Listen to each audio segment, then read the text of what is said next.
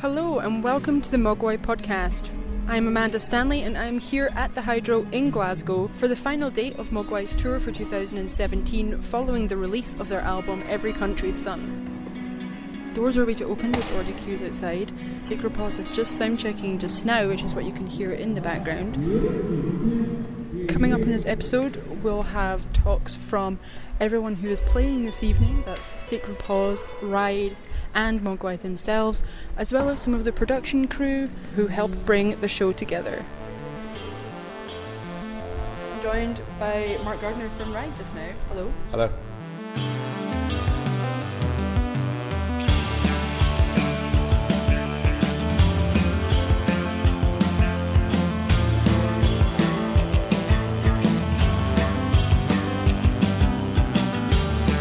Talking before we started recording, tonight's obviously quite special for Mogwai this evening, but also for yourselves to be supporting. You've seen them for such a long period, for like decades, coming up and up and up to obviously where they are now. How does it feel for you to have been invited to do this show tonight as a support, but also, I guess, just to see long-term friends tonight playing such a massive show? Yeah, I mean, firstly, I really get the homecoming thing. We did one in Oxford earlier in the year, and it was a big night for us as well. So I know that it's quite a thing, you know. So we totally respect what they go through and their emotions. And you know, look, we as a band, we have utmost respect for a band like Mogwai. They've stuck to their guns. They've kept it interesting.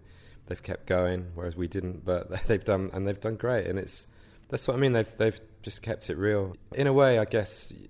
I mean, like ourselves, we didn't really play the commercial game in that way, and nor have Mogwai, and I think that's kind of credit to the bands and the people that you just build it through word of mouth and people finding out about the fact that you are a really interesting band. And I guess that's all of our ultimate challenge now, is to kind of keep what you're doing fresh and interesting, because that's the challenge we all sort of face, because if you don't, then there's many other people that are going to come and fill that space. For yourselves to have come back with a new record this year, it's so interesting to see like how, for yourselves, how you must have had to have adapted to come back into the music industry as the band that you once were, but then to come back and the music industry has just completely changed in terms of how people digest music, but also what's been your experiences so far of coming back through this way? It's totally bizarre. I mean, you're right, it's completely a different world. I mean, we're the same world in the sense that we're obviously still familiar with who we are and with each other, and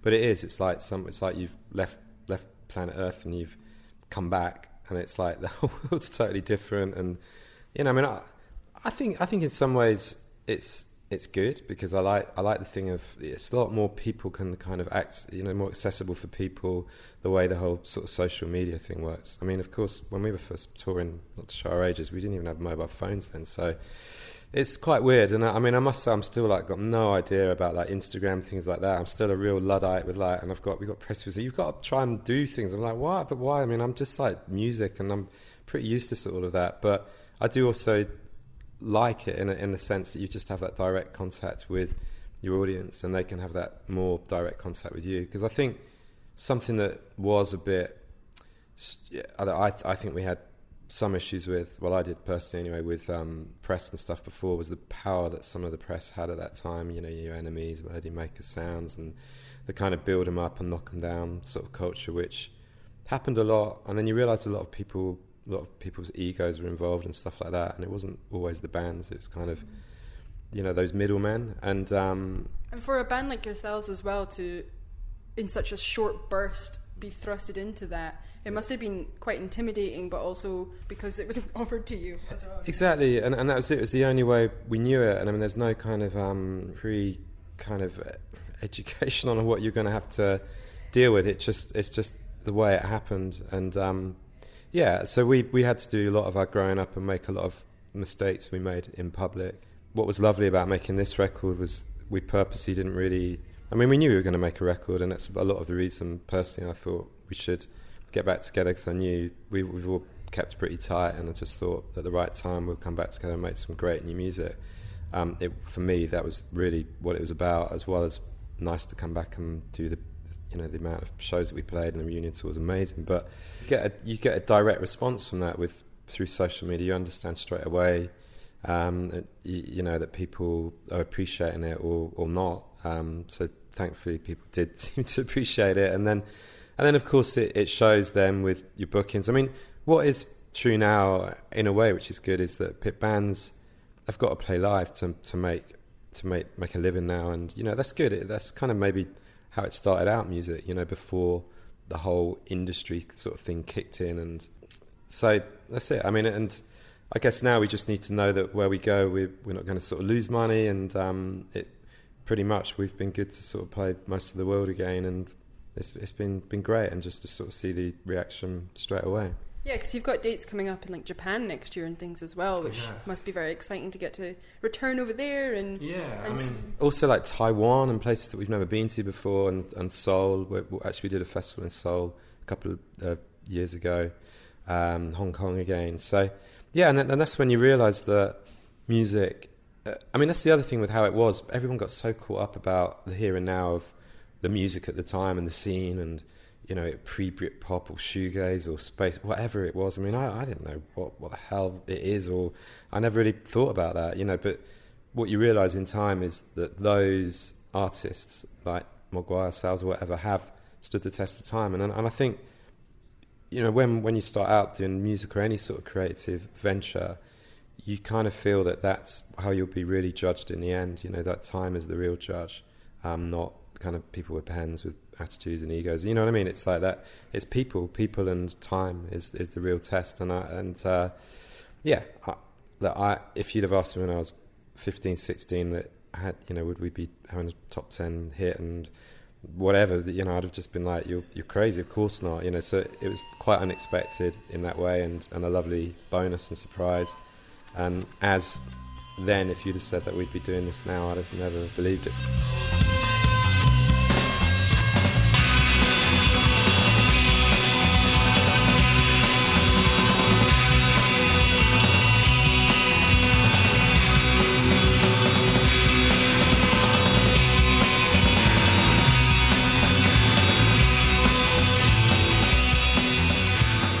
Relationship to Mogwai. When did you first come across them? Did you discover them in your own right, or were you built together, or like how did you meet? I was always aware of Mogwai.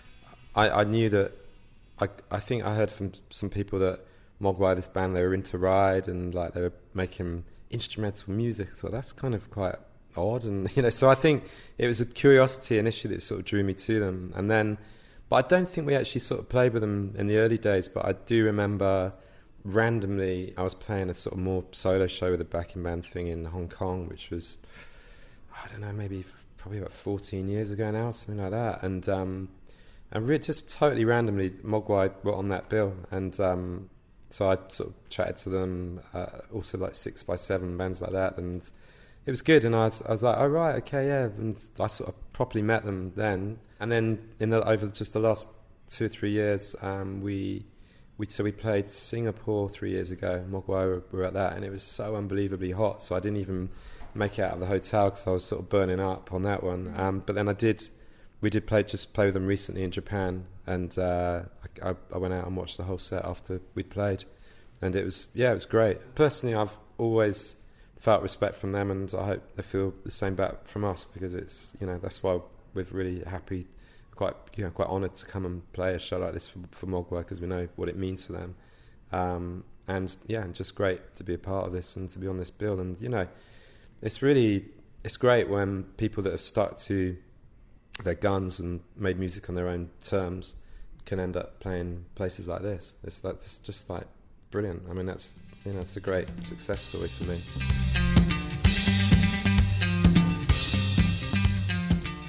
Speaking of success stories, I caught up with Scottish Album of the Year winners Sacred Paws in their dressing room ahead of their performance that night.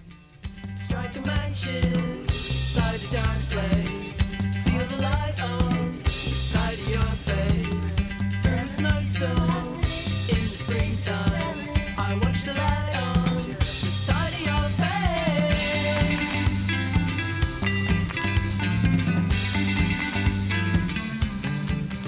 Hi, I'm Illy from Sacred Paws. Hi, I'm Rachel. First of all, I wanted to talk about the successful year that you've had, and that you're ending up with a quiet intimate show this evening, just at the Hydro, no biggie. This year has been insane for you guys. We'll start at the beginning with recording the album Strike a Match, because it came out on Rock Action, and we have an episode coming out specially dedicated to the label. So I wanted to ask you both, how was the experience of recording at Castle of Doom with Tony Dugan? How was the whole experience for you guys? It was really amazing. Like, we had such a nice time at Castle of Doom. Tony is amazing. He's like magic. And he made stuff sound so much better than we could even like imagine. And it really sort of started to, I think the album started to sound like how we imagined, you know, in our heads, but maybe we hadn't been like quite confident enough to like really go for it in the past. So it was like really a great experience to sort of have the time and the encouragement to get that done. Rock Action were great, and they kind of didn't ever rush us, so I guess we just kind of had a bit more time, and yeah, it was fun. It was kind of like it was good to kind of like take it kind of a day at a time and see what happened. Did you approach Rock Action, or was it they came to you in the night? What happened? They came to us in a dream. It all seemed like pretty kind of like pretty casual, I guess. I don't know. I remember like we met Stuart and Craig for like a Coke out in a beer garden in the summer, and yeah, they were just kind of like, do you want to do a record? And yeah, we were like, yeah, we got some songs, so they put us in the studio, and yeah, it was how it came about.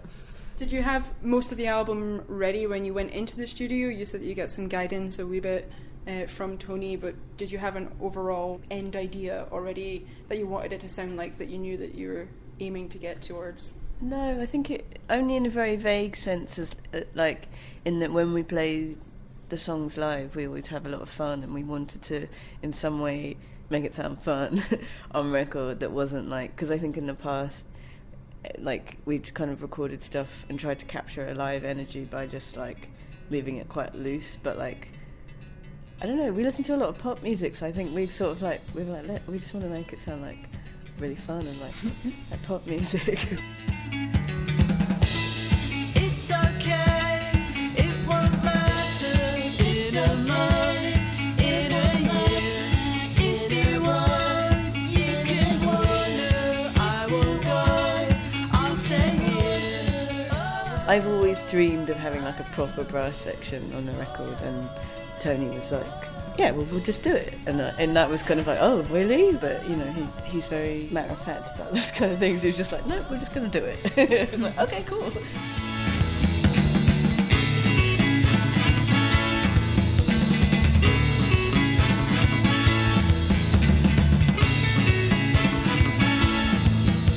we quite often find ourselves talking about how lucky we are to be with Rock Action. I think they're just like, they're in it for the right reasons, and they never like, you know, it's always a kind of like a kind of two-way discussion of like how something should happen, and yeah, it's really fun. I mean, it's just kind of yeah. After winning the SAY award, again, congratulations on that. Thank you. Year, how did you find that changed after winning? What happened for yourselves? Did you feel like a sudden surge in people wanting to talk to you? It was just like a lot more emails that we just forgot to reply to, and no, it was great. Yeah, it's been it feels like after that things have kind of been moving quite quickly, and we're just kind of being swept up with it, but it's been fun, definitely. Yeah. And for 2018, what are your plans? Are you going back to the studio, or are you out on tour more? Both, hopefully. Yeah, we're going to, I think Rock Action are quite keen for us to get something finished, so we're going to try and do that. Have you started that? We have. We've done about half, so you know that takes a bit of pressure off. Yeah. You know, in the next. You don't seem so human. Just like in the next week. I'm always nervous of telling people that we're like working on it though, because what if like something happens and we never finish it or something? Like you said back in 2017. Yeah, but we're really excited about the new songs. So I think that like, and also I guess like having more show offers and playing lots. You know, we've been playing the old songs for a while now, so we're really excited to play new songs. Is it strange to approach the studio again now with like having to do a whole new album, whereas before you were playing these shows before and then almost like documenting them and trying to capture that Is it a bit strange to kind of have flipped it now this time round? Yeah, that's definitely a new thing for us. But it's kind of fun though, because now that we're playing with a full band, like we can write parts and then sort of experiment with stuff live more. Like Jack, who's behind you, is playing some different sounding guitar and like doing a solo on a song, and that's sounding really good, and like we definitely want him to come to the studio and do that. If you're available, Jack. It's like a oral contract right now. You have to now, it's on the podcast. In terms of what's happening this evening is obviously Mogwai's largest show. You've been out supporting them on tour in Europe. How have you felt overall like you were received by the Mogwai fans as going out there? Because you're not quite the same type of music that Mogwai fans would perhaps necessarily align themselves with. How would you like us to answer this? I'd say honestly. We at times we were like quite disheartened because we were like, oh god, they hate us, because we used to like the kind of people who like would come to one of our shows. I think are just like they're up for having a party, and maybe like the Mogwai crowd are like up for like, it's very cerebral music. You like absorb it. You don't necessarily like dance, and so I think we were a bit of a surprise to some people, but some people who I even remember like playing and seeing people looking really miserable in the crowd, but then they'd come up to us afterwards and say, oh, I really enjoyed that, and be really complimentary. So you never know, people experience and appreciate music in different ways. But yeah, it was kind of funny at times. What was it like being out on a tour bus with all the guys for that long? It was actually so much fun, actually. Yeah. Like, we kind of had, like, withdrawal when we got back to Glasgow, and, like, that kind of, like, suddenly you feel, like, slightly incapable of fending for yourself, because you've just been, like, in a sort of cocoon where, like, everything's just, like, right there, you get fed, and it was just... And so tonight, the Hydro, like you said, quite a big night for Mogwai, but also for yourselves it must be as well, to be playing somewhere like here. Yeah. How are you feeling ahead of this? A bit nervous, but I don't know if anyone's going to be here when we play. We'll see. They might. I'll be right down at the bar, guys. Don't worry. It'll depend what happens out there. I think nervous probably. I remember they were playing when we played with them at the Roundhouse in London a few years ago, and being really, really nervous. And then when we played, there were about like 20 people there. It was like, oh, this is kind of, it's like a normal gig, but in a really big space. But no, it's amazing to like get to play these spaces, and it's so cool that they've asked us.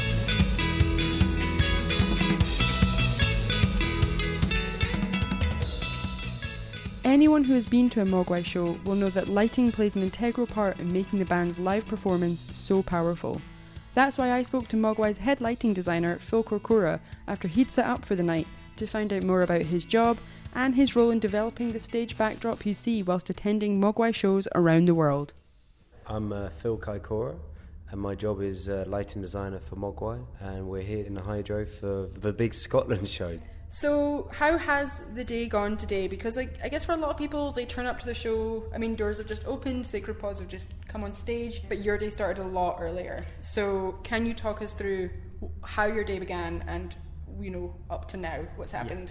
Yeah. So, our day kind of started yesterday in some ways. So we did Brixton last night, but then it was all a bit frantic and a bit back to back. It was a big show, so we've been on a lot of production, a huge amount of lights and a lot of trucks.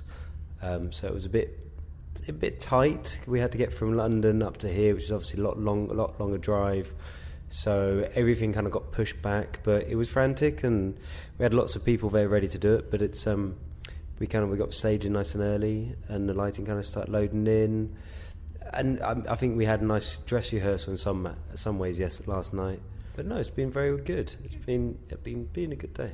How long have you worked with Mogwai?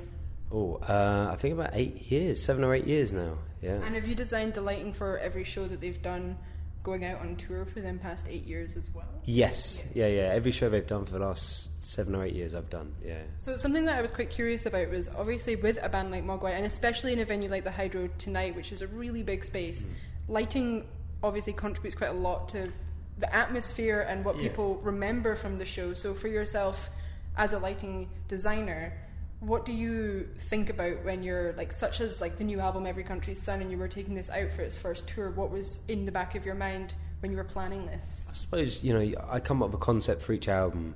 It's a bit tricky one with Mogwai. It's not so much of a two-way process. They kind of come up with the music, obviously, and it's kind of left up to my interpretation on what to do with it. I mean, obviously with Mogwai, it's a lot more. The lighting show in some aspects is a lot more important than for other acts, because it's a lot more dynamic and it grows with the music. But for this, I think it was a bit more to basics. It was trying to make something a little bit more beautiful, have a bit more of a set which is lit rather than lights being pointed in your eyes. I think for the last campaign we went a little bit more electronic. As I kind of feed off bits off the album, but this time was worked a lot with the album artwork and taking different parts of the artwork and incorporating it into the different parts of the set, the backdrop, the whole kind of look of a show. But yeah, it's worked really well. On this campaign we've got these I like to call them sails. So we have 4 sails on stage. The idea is we can take them all around the world, we can pack them all down, but it's something a bit different. It's instead of, it's an actual object which gets lit up on stage rather than there's no projection, no lasers, no other kind of fancy tricks. It's kind of a nice old kind of trick bit. And do you find, such as the stage setup that you have just now, you've, like you said, been taking it all over the world already, are there challenges when you turn up to different venues, especially in different countries, I imagine? Like, what challenges do you face as a lighting director in that sense when you turn up, when you have a set mind of what you think something's going to look like, but you turn up to the venue and you have to obviously adapt day in, day out? Of course, everybody wants continuity for everything. And in terms of a show, you've got to think about the continuity, how it's going to work in every element. I mean, this design was based essentially around this show and Hydro, but we also had to make sure we could get it into a really small little club show somewhere in America or in Asia or anywhere. But it works. It's worked. We've just been around 3 weeks around America, and we've done some pretty small venues, and also some very large venues. And we're lucky enough that the drapes do work, and you get the aesthetics of the whole show, and it does kind of translate across. Of course, there's challenges everywhere you go around the world, where you might go to China or even India, where the lights and the quality of them is very different from the UK and Europe. But you work with what you have, and it's at the end of the day, you try and keep yourself simple, so there is a continuity. What is something about your job that people would take for granted on the night? So tonight, when watching a Mogwai show, what for you is like the bit that you think is super interesting, or like something that perhaps isn't so obvious to somebody who doesn't work in the industry that you work in? I suppose it's theatricality at the end of the day. I suppose it's the idea that you hide stuff back so people are unaware sometimes how the process has happened, but that's kind of the fun in keeping it hidden. I think there's a lot of people, even with these sales themselves, there's a lot of trained professionals who ask me and still can't work out how they work or how they're lit. But it's just very simple. It's there's little tricks that the way they're lit, but it's not very obvious. And I think you get a lot of satisfaction from that when nobody can really work out how you're doing the look that's kind of being created.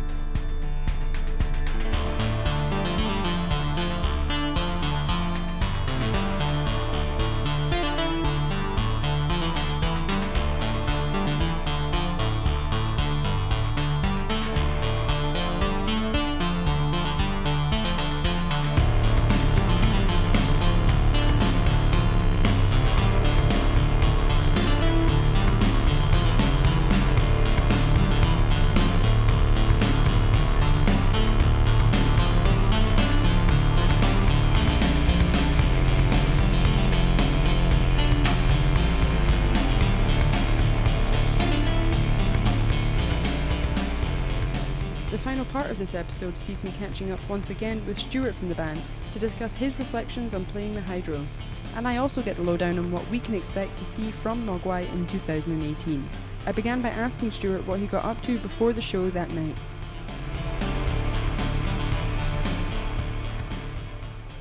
It was kind of crazy because I was still so jet lagged. We'd been in America for quite a long time, and just hadn't got my sleep together at all, so I don't think I'd slept more than 2 hours in 5 days.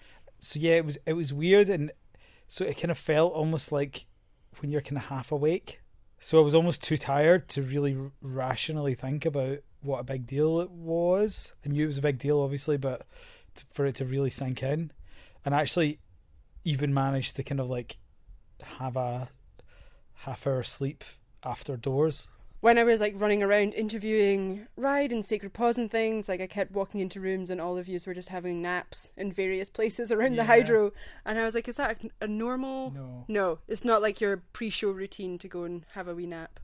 Not yet, although we are getting a bit old. I mean, I think that probably in years to come will become the norm. There'll probably be napping stations, but no, we were just incredibly tired. I think that added to the weirdness of it all. And no, it was a really special night, so I kind of, that just adds to the surrealness. And just, I mean, you were there, like the random pictures of Kylie Minogue. Dolly in the hallway. Yeah, all that kind of stuff. It was just pretty surreal. Yeah. Earlier in the podcast, we heard from Ride and also Sacred Paws, who supported you on that evening, and also obviously Sacred Paws around Europe as well. Both bands thrilled that you'd invited them to open at the Hydro. So how, like, one, did you manage to catch any of their sets, or were you still napping? And two, like, what was it like having Ride back with you and, you know, like hanging out again? It was great. I mean, it was great. We'd been all around Europe with Sacred Paws, so it was lovely to see them again. They were amazing playing as a 4-piece. Amazing Thin Lizzy vibes. I was loving it. So it was cool. And I saw a bit of both of them. Not all of both of them. And Ride were fantastic. We're actually playing with them loads. We're actually playing the same night as them in Seoul. We're kind of stalking them. So no, they were brilliant, and I'm looking forward to seeing more of them. And yeah, I did a remix for them as well, actually. Oh, nice. Which I presume they're going to release. Hopefully. They paid me for it, so yeah. You're like, do what you want now. At the Hydro was incredible. I spoke as well to Phil, your lighting director, about his role in the Hydro and how he was like he needed a lighting setup and visual that could be transported around to different size venues, but in his mind he was thinking of the Hydro for yourselves, bringing Every Country's Son as well as your other back catalogue to the Hydro. Like, what was going through your mind when you were picking out like the set list for that night? Was that specific to that night, or do you have like a general base that you know that you go to? I mean, the set list's a weird one. Like, a start of a tour, you kind of rehearse a lot of songs and then really mix it up, but kind of start to settle more on ones that are working every night and maybe change 4 or 5 around. But I'd actually written the Hydro set list weeks before because I knew it was a big deal and I didn't want to be stressed. I thought it was one thing that I could sort out early and not be stressed out about. We switched 1 or 2 songs, but in your encore you ended with We're No Here. What made you decide to end on that one? That was actually, we swapped that with something else, and that was, someone said, I can't remember if it was Kenny, I think it was Kenny, said that we should end on that because Phil goes nuts with the lights. Oh, really? And I was like, yeah, well, there's going to be loads of lights, so.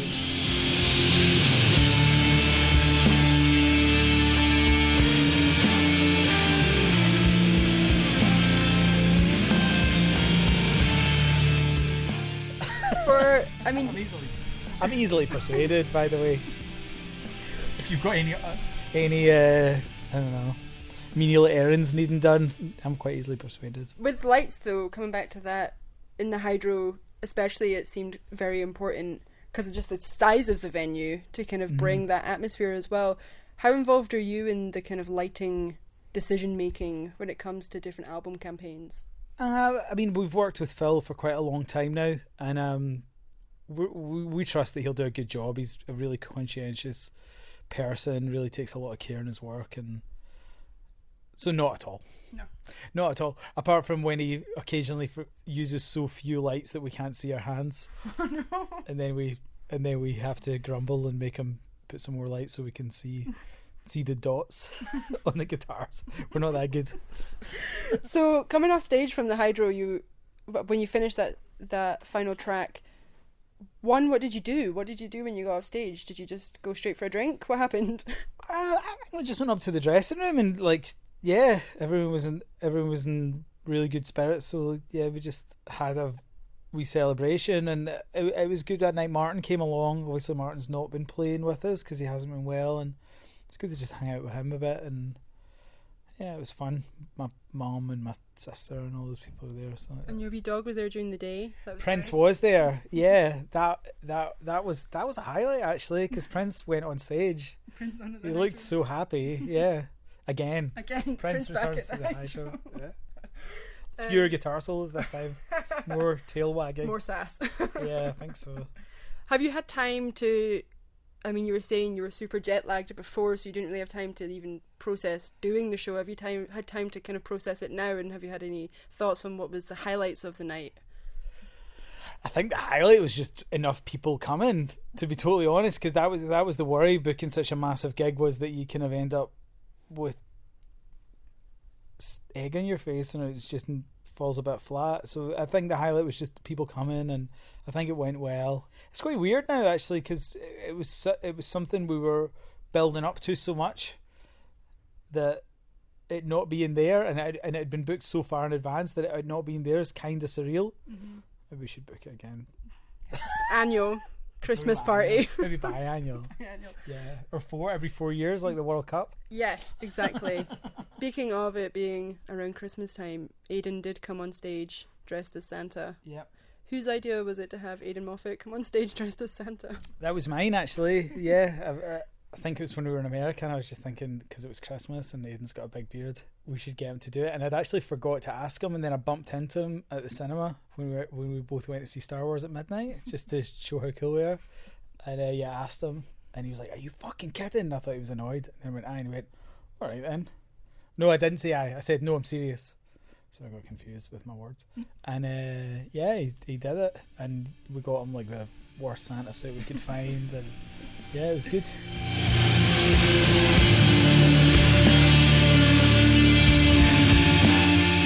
Special thanks to Stuart, Phil the lighting director, Sacred Paws, and Mark Gardner from Ride for taking time out of their schedules to catch up for this episode. Mogwai will be heading back out on the road around the UK at the beginning of February in support of their latest album, Every Country's Son. You can find out more about those dates and get the album by heading to mogwai.co.uk. Heading out with them is label mates Outlines, the project of James Graham from The Twilight Sad, and Catherine Joseph and Marcus Mackay. My interview with the band will be on the next episode of the Mogwai podcast, and until then, here's a snippet of what to expect. Whole beautiful songs in a oneer. That's how he writes. And then sends them through with a, "Oh, it's maybe not good," and we're like, "It's perfect, you bastard." And then I have to go and try and write something. Thanks for listening, and to keep up to date with the episodes as they drop, be sure to hit subscribe wherever you get your podcasts now.